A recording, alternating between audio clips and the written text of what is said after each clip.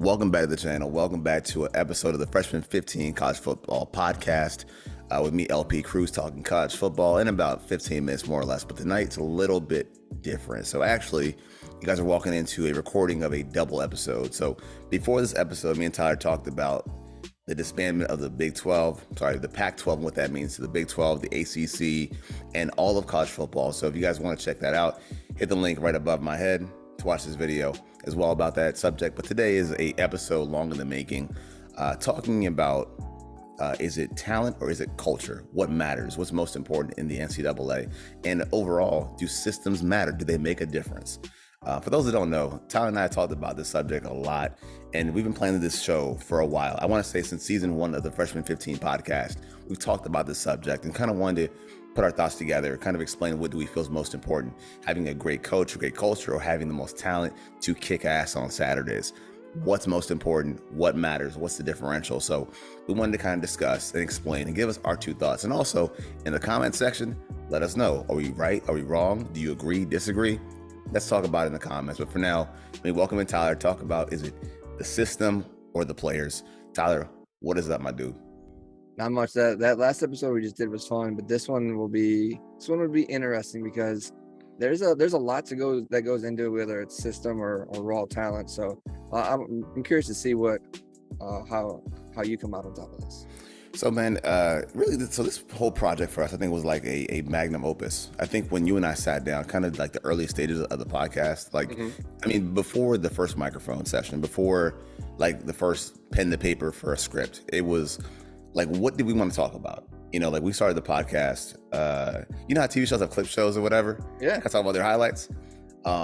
This is kind of me like thinking back to when we first started the podcast, just had the conversation, like what did we want to say? Like what do we want to have like a statement to go off of? And what was our banger episode, right, of season 1? Mm-hmm. We never did this one, never got to it, but it was always kind of in the back of our minds, like what's the most important thing? Systems, players, how do you get that glass trophy at the end of the season? Like where does it come from, basically? And what's the root effect of it? So yeah, man, it's a big show. So, I think, for example, tonight, what I wanted to do was kind of look at just a lot of different information, a lot of aspects.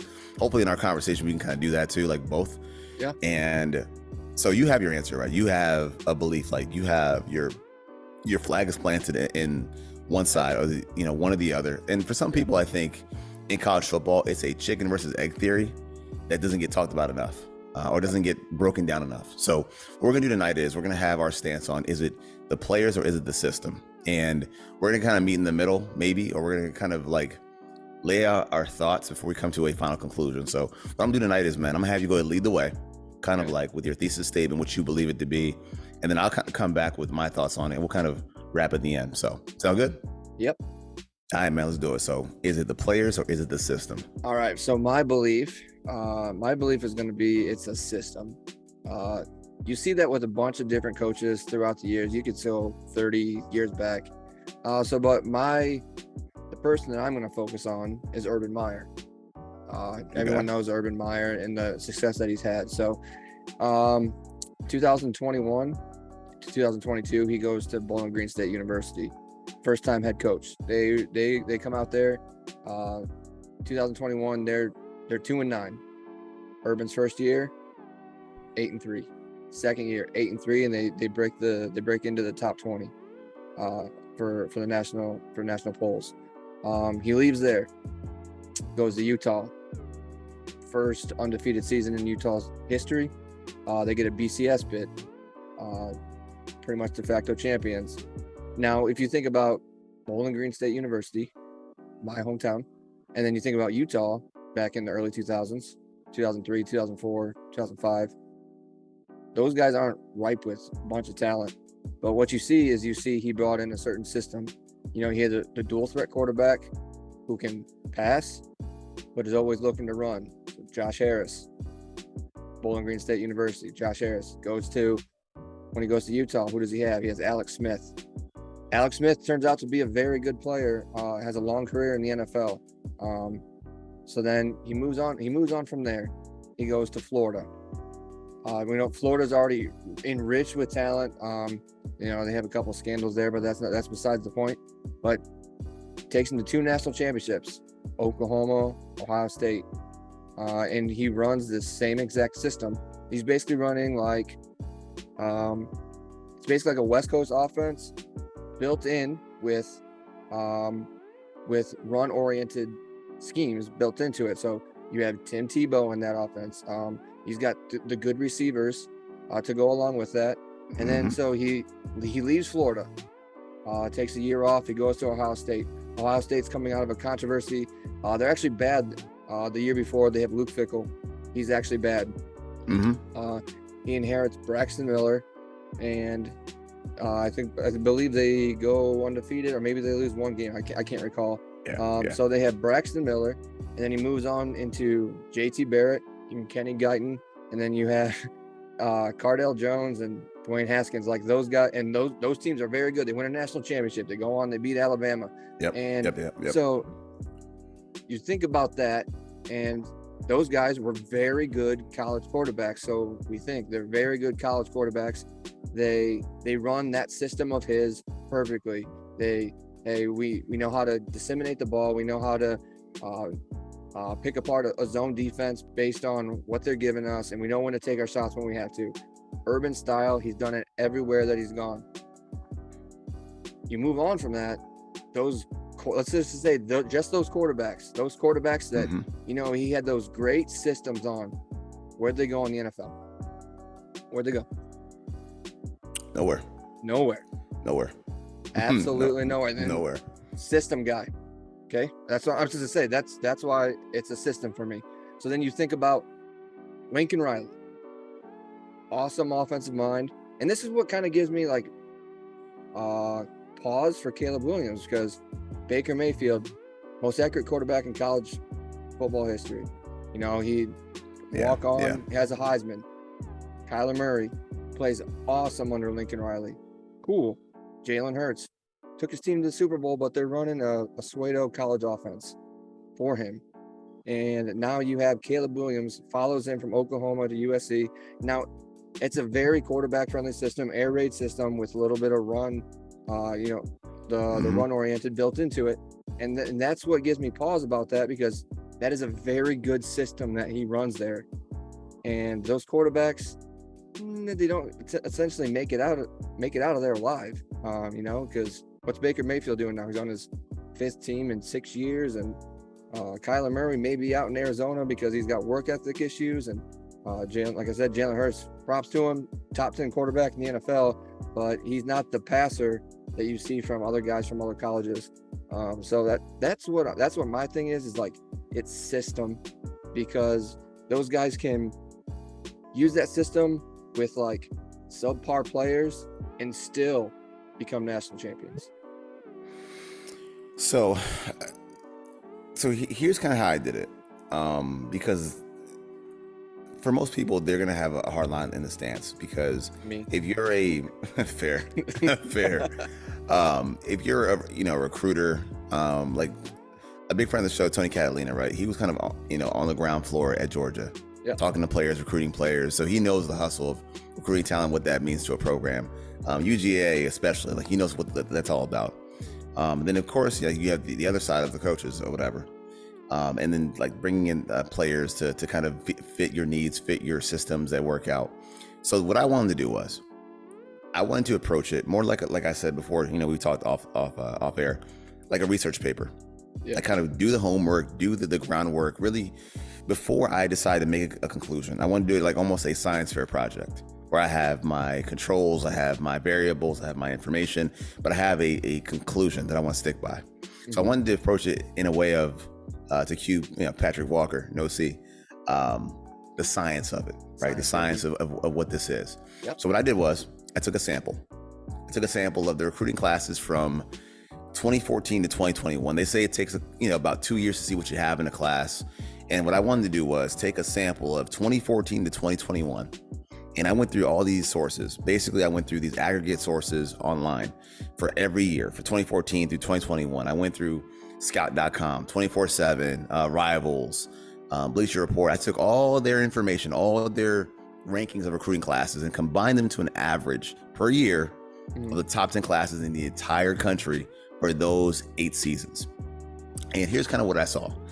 Out of those 8 years, right, I was going to go from the classes to the titles to the CFP appearances to the chips, the big chips. And here's what I had looking at it. Out of the most top 10 finishes in those classes, right, by the system, by the scope of the experiment. No surprise, Alabama with 8 top 10 classes, Georgia with 7, LSU had 7, Clemson had 7, USC had 6, Ohio State had 5. Okay. Also on that list, teams not far behind, out of the top 5 was Oklahoma, Notre Dame, Michigan is on that list, Texas A&M, Florida State, and surprise, Michigan State one year had one top 10 recruiting class. I'll give them that. Then to kind of go further into the conversation, how many of these teams had conference titles? How many actually won with their talent and made it into a conference title? We talked about conferences in the last episode, right? A big talk on conferences and how they matter. Well, in that sampling of the 8-year sample, the top titles in the conference were, to no surprise, 6 for Alabama, 6 Clemson, 5 Ohio State, 4 Oklahoma, and 2 Oregon. What stands out with Oregon is that they had top 10 classes twice and got 2 conference titles out of it. What also happened in that combination was, although they had a top 10 conference or a top 10 class in their conference with the conference title, in that cycle, they didn't win the Pac-12 every year. And they were it kind of went in like a round robin type of fashion where you had BYU had a conference title in that window. You had Utah, you had Stanford once, UW once or twice actually, and surprise, USC just one time. So USC had 6 top 10 classes with 1 conference title. It kind of makes you wonder. Then you talk about, well, if you're winning the conference title, are you actually getting all the way through? And by the way, I should also state that Notre Dame was there 4 times. They're not in a conference; they're an at-large school. And when you extrapolate that to the CFP appearances, I looked at also, again, no surprise, Alabama, 7 CFP appearances from 14 to 21, 6 for Clemson, like you said, was dominating in the last episode. They were dominating the ACC for years and years and years. Oklahoma 4 times, Ohio State 4 times. What you end up seeing is that the conferences are based on having, or the appearances are based on having good players and good classes in your conference. However, the ones that actually win in our sample were kind of in a round robin type of situation. 3 for Alabama, 2 Clemson, 1 LSU, 1 Georgia, who won last year, but won in the sample in Ohio State. What I've come to find out in all this data, the biggest outlier is USC. Mm-hmm. They're the biggest outlier. And the reason why is they have all the components to have success. Again, I implored you guys to watch the last episode as we talked about conferences and the power of a conference.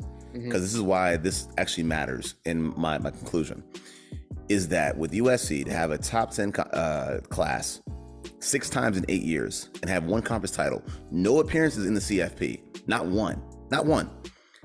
What happens in that situation for USC is that you have a shakeup at coach. And we know over like the last, ever since Pete Carroll, just the influx of new coaches, new staff members, new leaders in that room. Because of that, and we can go back to Lane Kiffin, you can go back to Clay Helford, you can go Sarkisian. The changes of head coach with these classes makes all the difference in the world. The leadership in place with this talent, they cannot produce this talent in a conference that does not have the same talent that you have, the same access, the same resources as you have. If you can't produce what you have with those classes, those players, because the coaches are not equipped, then we have to say, okay, it's systems. Yeah. It's systems. And the biggest nail in the coffin of that is look at Lincoln Riley. You have one of the best turnarounds of a program in years. He comes in and right away they're on the cusp of doing what they've never done before. Exactly. On the doorstep of the CFP.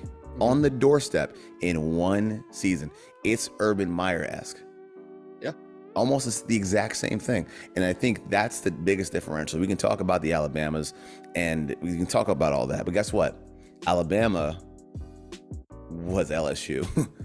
Nick Saban was LSU, then became Alabama. Yeah. And it's all about systems and quarterbacks, and the talent is very important. And when you look at Alabama as a sample size, they're actually the best example of systems and culture, because you can talk about how Alabama, they have the best talent and they run their players into the ground before they become pros. Well, guess what? What happens is with Nick Saban, he filters in staff all the time. Recycles. In and out. Yeah. And it's the exact same result, more or less, the same results, more or less. Yeah. And it doesn't even matter that not even the talent of quarterback, the style of quarterback has changed. From going to talk about the talent of quarterback, you can have a Bryce Young, you can have a AJ McCarron, you can have Tua Tagovailoa, a Blake Sims. It almost makes no difference who you have. Absolutely. So long as your system, your culture is intact. I gotta say, man, chicken versus the egg theory, but I think, man, the chicken definitely says it's all about the culture. It's all about the culture. You would think Ohio State shows that when they play Cardale Jones. He's their third string quarterback, and they go out and they beat Alabama. So that's a culture thing. But I can see where people say it's players. For example, like let's say Louisville before Lamar Jackson. I think they're like 6-5. He comes there, lights the world on fire. He wins the Heisman. He leaves. They're 2-9. Same exact coach, same exact everything. 2-9. Then you have Clemson. They go through Deshaun Watson. They go through Trevor Lawrence. They pull in Ujulari, and they can't sniff anything anymore. And that's a player thing. So that's Dabo Swinney. That's a Dabo Swinney issue. Like, his system is still in place. He's an established coach. And he doesn't have the quarterback to do it. So that's where you would say, hey, it might be the players. You have your you have like your elite talent that comes out that would be, but you really don't. So you're like your elite talent. So I think Calvin Johnson was better than Georgia Tech back in the day. He could have played it anywhere and it would have set the world on fire. Randy Moss was better than Marshall, but he should have went to Florida State. Those are like the elite players that would have changed the outcomes of some team, and that's where you can say it's players. Let's say another example of a coach who doesn't have players anymore. God, what's his name? Texas A&M's coach, Jimbo Fisher. Jimbo. Yeah, they lost to Appalachian State last year. SEC school lost to Appalachian State, so you can't get your players in. Your system sucks. And that's where you could say it's a player, because I think he's running the same. Oh, so another one for system. Brian Kelly moving from Notre Dame to LSU. Perfect. That's a perfect example. Notre Dame, when Brian Kelly's at Notre Dame, he's known for offensive linemen, tight ends. What does he bring to LSU? Big ass linemen and good tight ends. And he's got a dual threat quarterback. And what are they doing? They're sniffing the top 5 preseason polls. So that's a perfect example of a system, because I think LSU had a couple down years right before, because they fired their coach and then bring in Brian Kelly. World of difference, 1 year. So that's where you can say it's system. Let's see, but another one for system would be, let's say Bo Nix leaving Auburn, going up to Oregon. He gets that system with their new coach. They get that kind of offense, and off and away he goes. Heisman candidate. There's so many. Like, if we decide to vote on the systems versus the talent, but the examples are there. Like, we can talk about North Carolina. The system is what's really advancing this program now. Like, Drake May is a fantastic prospect, but system. Even, bringing it close to home, like VTech, for example. VTech loses Frank Beamer. They lose a lot of their identity without Beamer. And I know their main problem is having talent at quarterback, and I get that. But losing the leader in the room, losing a Beamer and his system and the environment, and not just Beamer as well, but losing your DC also, who's a legendary DC, those things take away from your program. Yeah. Your systems. And it's those guys, like, and just to make the pro example, we want to talk about systems that matter in talent. Look at even the Cowboys defense before and after, or sorry, pre Dan Quinn and after Dan Quinn. Yeah. Systems do make a lot of difference in the world and how you utilize the talent you have. And we can find examples of elite talent that really changes programs. It does happen. The Randy Mosses, like you said, the Calvin Johnsons. Calvin Johnson was doing what he was doing with elite skill and a quarterback that actually was ineligible based on grades. So it happens sometimes. But again, for the most part, the ones with staying power, the ones that have longevity as winners, the talent is there, yes, but the research and the evidence and the data shows it is superior talent is trumped, or superior talent is secondary to superior systems and coaching. Yeah, and you like you said, you see that when a coach goes from like a mid conference school to a Power 5 or Power 4 now, and they keep on winning. The talent comes in that follows them, and they just keep on winning. They keep doing what they're doing, and it can be with subpar athletes, and they're still winning national championships. I most definitely agree, man. I think that's what it is. And as we move forward, I think also as we move forward to the super conferences, which I think are on the horizon, as we move forward to that, I do think that that's going to be the flag in the mountain right there. It's going to be based on the coaching. We can have talks about, it's just funny if you think about this, right? If you had a Mount Rushmore of collegiate athletes, of college players, the mountain would be as wide, like the mountain would be Hands of America, pretty much from coast to coast. If I had a Mount Rushmore of college coaches, Bear Bryant, Nick Saban, I'm drawing a blank for anybody else I want to add in that mixture. You got Mac Brown. You could do a Mac Brown. Urban Meyer. I mean, I'll give him that. I'll give him his. I'll definitely give him his. So even then, man, it's small. That's the point. That's the point. I can find a lot more historically great players than I can find coaches, and the sample size is so small. And I think if there's one indicating factor in that of is it system or player, you find the coach and he'll find the player. I find the player, he'll find the money nowadays. Oh yeah. And that's the difference. Dude, that sums it up perfectly. So that, I mean, like you said, I can't say that any better. Yeah, you find the coach, he finds the player. So that's what it is. Yeah, man. Other than that, man, I think we can put a wrap on this one.